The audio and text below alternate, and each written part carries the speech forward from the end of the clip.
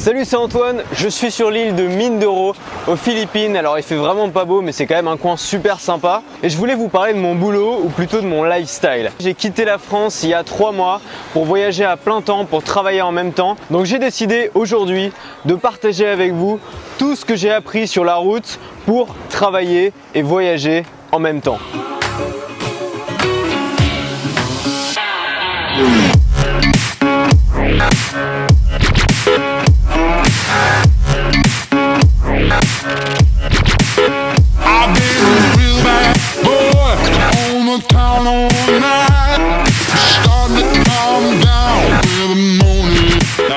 Bon alors faut savoir que la notion de digital nomade, elle n'existait même pas il y a 10 ans. C'est quelque chose de totalement nouveau qui est apparu avec les nouvelles technologies, avec Internet et surtout avec le fait de pouvoir utiliser Internet partout dans le monde et aussi avec les nouveaux outils, les nouveaux moyens de communication qui nous permettent de travailler, de communiquer, de délivrer du contenu depuis n'importe quel endroit dans le monde.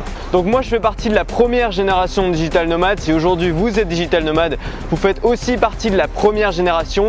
Il y en aura d'autres, c'est le début d'un changement profond de la manière dont on travaille et donc c'est que le début. Mais c'est quoi un digital nomade? En fait, digital nomade, c'est pas un métier, c'est un lifestyle, c'est un style de vie. En fait, il y a plein de métiers qu'on peut pratiquer en tant que digital nomade. Le concept, il est simple, c'est de ne pas avoir de localisation physique, de pouvoir travailler de n'importe où dans le monde sans avoir besoin de se lever tous les matins et d'aller au même endroit. Moi, sur ce vlog, je vous parle de liberté et le fait d'être digital nomade, c'est un des principes fondamentaux si vous voulez vraiment être libre dans votre vie. Alors forcément, digital nomade, c'est une notion super sexy. Il y a des tas de gens qui veulent se lancer, il y a un engouement énorme, mais il y a peu de gens qui savent vraiment comment faire. En fait, le problème avec les digital nomades, c'est que tout le monde n'est pas prêt. Le monde n'est pas encore vraiment prêt à les accueillir. C'est quelque chose de tellement nouveau, tellement hors du commun que il n'y a pas forcément encore toutes les infrastructures pour. C'est pas toujours facile de trouver des espaces de travail, c'est pas toujours facile de trouver une bonne connexion internet. La preuve, je me suis moi-même fait avoir dans cet hôtel. C'est un super hôtel en face de la mer comme je voulais pour travailler. Le problème, c'est qu'il n'y a aucune connexion internet. On va voir dans un instant que c'est pas forcément un problème et qu'il y a des moyens d'y remédier. Enfin, il y a des problèmes au niveau de la mentalité, des problèmes de jalousie, des problèmes d'incompréhension. C'est un métier qui paraît être un métier de rêve et donc forcément, il y a beaucoup de gens qui vont pas comprendre pourquoi eux, ils sont obligés de rester bosser au bureau pendant que vous êtes en train de parcourir le monde et de travailler en même temps. Et enfin, il y a des problèmes de motivation puisque quand on est dans des paysages magnifiques comme ça, quand on va dans des pays incroyables où tous les gens viennent en touriste, devoir travailler et être obligé de rester enfermé dans une chambre pour travailler, c'est pas forcément facile, mais on va voir que là aussi il y a des moyens d'y remédier. C'est des problèmes qui sont normaux puisque c'est encore quelque chose de tout nouveau, donc forcément comme toute notion nouvelle, il faut un temps d'adaptation. Il y a beaucoup de gens qui n'osent pas se lancer à cause de ça, qui ont peur de se lancer dans ce lifestyle qui est tellement différent de ce qu'ils connaissent et de ce à quoi ils ont été éduqués. Bon alors la bonne nouvelle, c'est qu'il y a de nouvelles opportunités qui apparaissent. Il y a une véritable prise de conscience et de plus en plus de gens qui connaissent la notion de digital nomade.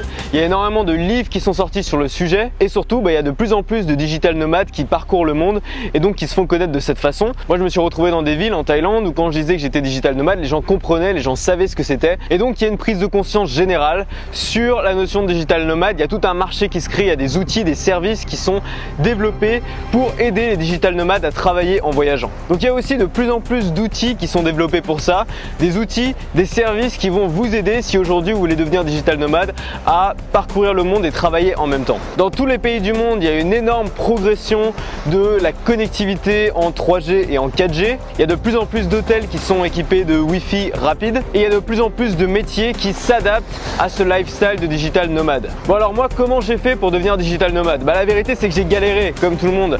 Il n'y a pas de recette miracle, j'ai pas suivi de formation particulière.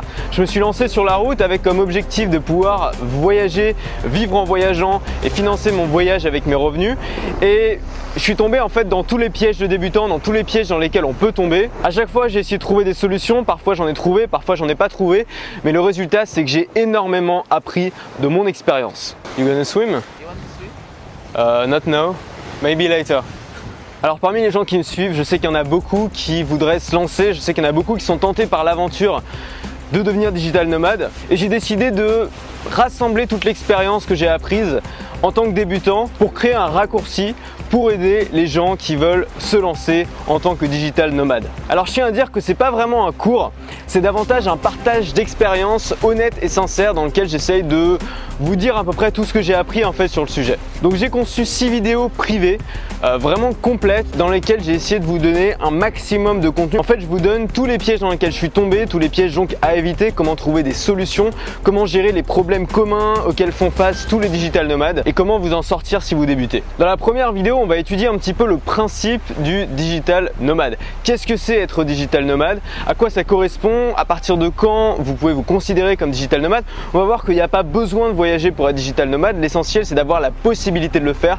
C'est de ne pas être coincé dans un endroit particulier. C'est d'avoir une indépendance géographique. On va voir aussi que c'est très lié à la liberté. Donc c'est pour ça que ça m'intéresse tant que ça. Et on va voir enfin quels sont les pour et les contre, quels sont les avantages et les inconvénients à devenir digital nomade. Dans une deuxième vidéo, on va parler des activités compatibles et quelles activités vous pouvez faire, quelles activités professionnelles vous pouvez faire pour devenir digital nomade. Quelles sont les activités que vous pouvez faire partout dans le monde en gros. On va voir comment devenir digital nomade en démarrant une activité en tant qu'auto-entrepreneur. Je vais vous donner mon business model, je vais vous expliquer comment je fais moi pour avoir un business qui me suit partout. On va parler d'externalisation, comment certaines personnes ont créé un business entier avec des salariés tout en étant digital nomade, en externalisant tout le processus de production. On va voir comment des gens sont devenus digital nomades en devenant freelance, donc en travaillant pour des clients tout simplement. On va voir tous les métiers de freelance possibles pour devenir justement digital nomade. Et on va voir enfin comment, même si vous voulez rester salarié, même si vous voulez avoir la sécurité du salariat, vous pouvez être salarié et digital nomade. Je vais vous donner plusieurs exemples de gens qui l'ont fait. Ensuite, on va parler d'un des principaux challenges du digital nomade, c'est de trouver un espace de coworking où travailler. C'est évidemment très important puisque vous n'allez pas forcément être aussi concentré, vous n'allez pas forcément être aussi motivé, vous n'allez pas forcément être aussi productif selon l'endroit dans lequel vous allez travailler. Donc moi, je vais vous dévoiler mes spots, les endroits dans lesquels je préfère travailler.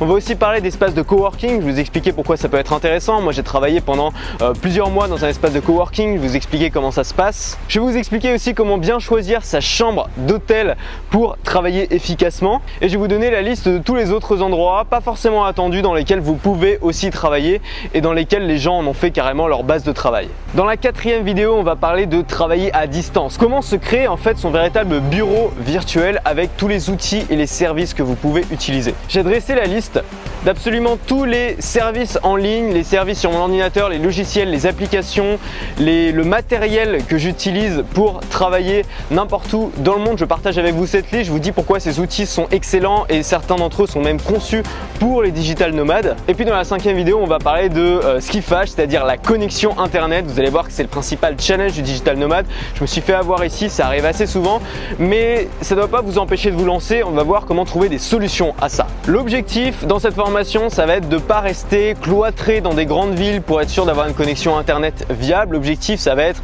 de kiffer un peu quand même, de pouvoir se balader, de faire comme moi je fais, c'est-à-dire d'aller dans tous les petits bleds paumés et quand même se débrouiller pour uploader des vidéos, pour créer du contenu, pour faire des Skype, pour utiliser quand même internet, même si la connexion n'est pas fiable. Il y a des solutions, on va en parler. Et surtout, on va parler de que faire quand il n'y a pas de connexion, parce que quels que soient les outils que vous pouvez utiliser, quand il n'y a pas de 3G et qu'il n'y a pas de Wi-Fi, vous n'avez aucun moyen d'avoir internet. C'est mon cas ici et j'ai quasiment jamais été aussi productif que dans cet hôtel, justement parce que j'ai pas de connexion.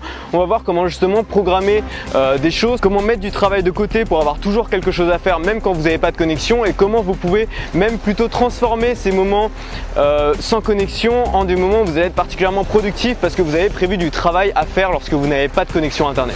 Enfin, dans la sixième vidéo, on va voir comment organiser sa vie, à quel moment tout simplement vous allez pouvoir travailler, quels sont les moments où vous allez être le plus productif, comment connaître ces moments où vous êtes bon. Je vais vous donner la liste de tous les hacks que j'utilise pour rester motivé et concentré. Moi, il faut bien comprendre qu'à la base, je suis un flemmard. Ça veut dire quoi? Ça veut dire que j'ai des difficultés à me concentrer, j'ai des difficultés à travailler, et c'est plutôt une bonne chose finalement parce que je me suis formé pendant des années et des années pour connaître justement des techniques pour être plus efficace, et c'est extrêmement utile, vous allez le voir, quand on est en voyage. Parce que quand on est en voyage, on n'est pas forcément motivé à travailler, les autres touristes autour de nous, ils s'amusent, mais bon, il faut bien savoir qu'au bout des 2 semaines d'amusement, ils vont rentrer chez eux, ils vont aller au bureau, vous allez continuer à voyager, donc ça vaut le coup. Et vous allez devoir rester sérieux sérieux, pas passer votre journée à boire des bières, mais quand même rester concentré, productif et travailler. Pour ça, il y a plein de techniques, je vous donne tous les hacks que moi j'utilise pour rester concentré. Ensuite, on va parler du décalage horaire, comment gérer le décalage horaire, parce que ça fait partie des challenges auquel est confronté le digital nomade. Et enfin, on va parler de la chose dont finalement vous avez vraiment besoin si vous voulez devenir digital nomade. On va voir que c'est pas it's not a big deal, c'est pas quelque chose d'impossible, c'est quelque chose que vous pouvez faire. L'idée c'est de se lancer, c'est d'essayer, c'est tester et c'est de se casser la gueule un petit peu pour trouver des solutions. Bon alors là il pleut carrément, mais c'est pas grave, je vais continuer cette vidéo. Laissez-moi un peu vous parler de mon expérience. Moi, si on m'avait dit il y a 2 ans que 2 ans plus tard, je serais en train de parcourir le monde et de travailler en même temps, honnêtement, je l'aurais pas cru parce que ça me paraissait énorme. Pour moi, c'était un rêve. Pour moi, la liberté, c'était quelque chose de tellement important, pouvoir travailler d'où je voulais, pouvoir voyager. Ça me paraissait vraiment quelque chose d'inatteignable, de difficile et j'avais l'impression que c'était réservé à une élite ou à des gens qui avaient spécialement de la chance. Mais j'ai quand même commencé à me former, j'ai lu pas mal de bouquins sur le sujet et je me suis posé la question: qu'est-ce que tu veux dans ta vie? Est-ce que tu veux rester toute ta vie enfermé dans un bureau ou est-ce que tu veux travailler librement, être ton propre patron, voyager, découvrir le monde et travailler en même temps? Vous me connaissez, je pouvais pas rester là sans rien faire. Alors j'ai stoppé mes études et je suis parti à l'aventure. Ce que je vous dis là, c'est pas pour vous faire rêver, c'est pour vous faire comprendre que la barrière principale, c'est pas une question de compétence. La barrière principale, elle se situe dans votre tête. La barrière principale, c'est une barrière psychologique. C'est des croyances limitantes qui vous font croire que c'est impossible parce que ça paraît trop beau. Parce que parfois, vos parents ou les générations au-dessus n'ont pas pu faire ça parce qu'ils n'avaient pas les outils pour et ils ont trimé et ils ont bossé dans un bureau toute leur vie. Et ça, c'est vraiment en train de changer.